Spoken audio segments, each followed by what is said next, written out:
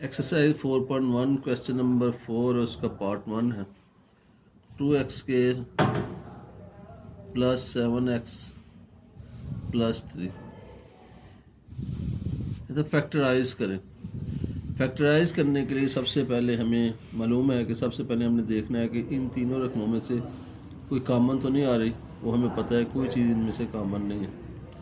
Next step मैंने आपको बताया हुआ है कि अगर पहली रकम स्केयर वाली हो यानी एक्स स्केयर है, दूसरी पावर 1 हो वेरिएबल की और तीसरी कांस्टेंट हो, तो एक मेथड है जिसके ज़रिए हम इनको सॉल्व करते हैं।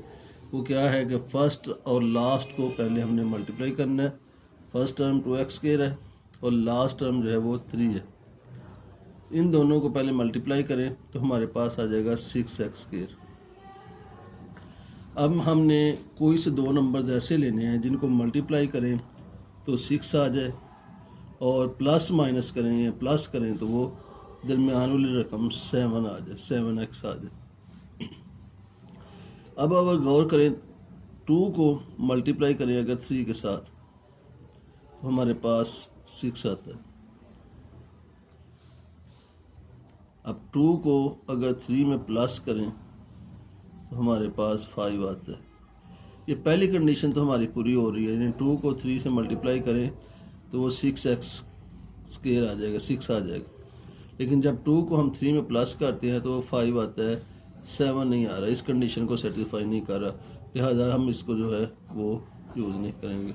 नेक्स्ट अब आगे की तरफ चलें तो आगे हमें 6 को जब मल्टीप्लाई करते हैं 1 के साथ तो हमारे पास 6 आ जाता है और 6 में जब 1 प्लस करते हैं तो 7 आ जाता है। ये हमारी दोनों कंडीशन जो है वो सेटिस्फाई हो रही हैं। यानी 6x वाली जिसमें प्रोडक्ट जो है हमारा इन दोनों का प्रोडक्ट जो है वो 6 आ रहा है और सम जो है इनका 7 आ रहा है। सम जो सेंटर वाली वैल्यूज़ है ना वो आनी चाहिए और जो प्रोडक्ट है इन दोनों का वो आना चाहिए। तो हम क्या करेंगे, अब ये पेयर यूज़ करेंगे। इसमें क्या करते हैं कि फर्स्ट टर्म को वैसे लिख लेते हैं 2x स्क्वायर। अब जो दरमियान वाली रकम है उसको ब्रेक करना है, उसको हम कैसे लिखेंगे, पहले 6 और साथ ये वेरिएबल x आ जाएगा, उसके बाद प्लस 1 और साथ वेरिएबल x आ जाएगा।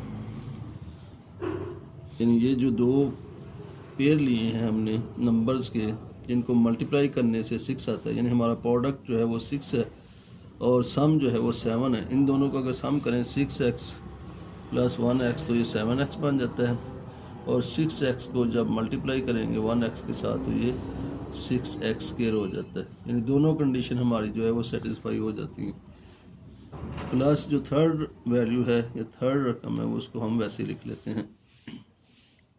अब दो पार्ट बना लें, पहले इतना हिस्सा अलग कर लें और ये हिस्सा अलग कर लें। इन दोनों रकमों में से देखना है कोई ऐसी रकम जो दोनों में कॉमन हो, दोनों को डिवाइड कर रही हो। जैसा कि 2 जो है वो दोनों को डिवाइड करता है तो 2 हम कॉमन ले लेंगे और x भी दोनों में है, लिहाजा x भी कॉमन आ जाएगा। तो अंदर में जब अंदर 2 को 2 से डिवाइड करें 1 आ जाएगा और x स्क्वायर है, एक x की पावर 1 कॉमन आ जाएगी, बाकी एक x बच जाएगा। इसी तरह से आगे प्लस आ जाएगा और 6 को जब हम 2 पर डिवाइड करते हैं तो वो 3 आ जाता है और x जो है वो हम कॉमन लेते हैं तो x बाहर आ जाएगा, हमारा ये कंप्लीट हो जाएगा। यहाँ पे देखें नेक्स्ट अगर हमें कोई ऐसी रकम नहीं है जो कॉमन आए, तो जब कोई रकम कॉमन ना हो तो उसमें से हम फिर 1 कॉमन ले लेते हैं और बाकी रकम को वैसे ही लिख लेंगे ब्रैकेट के अंदर। अब फिर ये दोनों टर्म जो हैं वो कॉमन है, x प्लस 3 टर्म अलग कहाँ पे होती हैं, जहाँ प्लस या माइनस की सिंबल आ जाए। ये 3 टर्म्स हैं, एक ये है प्लस आ गया, दूसरी ये है, ये तीसरी टर्म है। इसी तरह से अब इन दो टर्म यहाँ प्लस है तो ये दो टर्म्स अलग होंगे, इनमें से x प्लस 3 कॉमन आ जाएगा और अंदर हमारे पास जो रकम बचेगी 2x बच जाएगा, वो 2x और यहाँ से ये x प्लस 3 कॉमन है तो प्लस 1 आ जाएगा।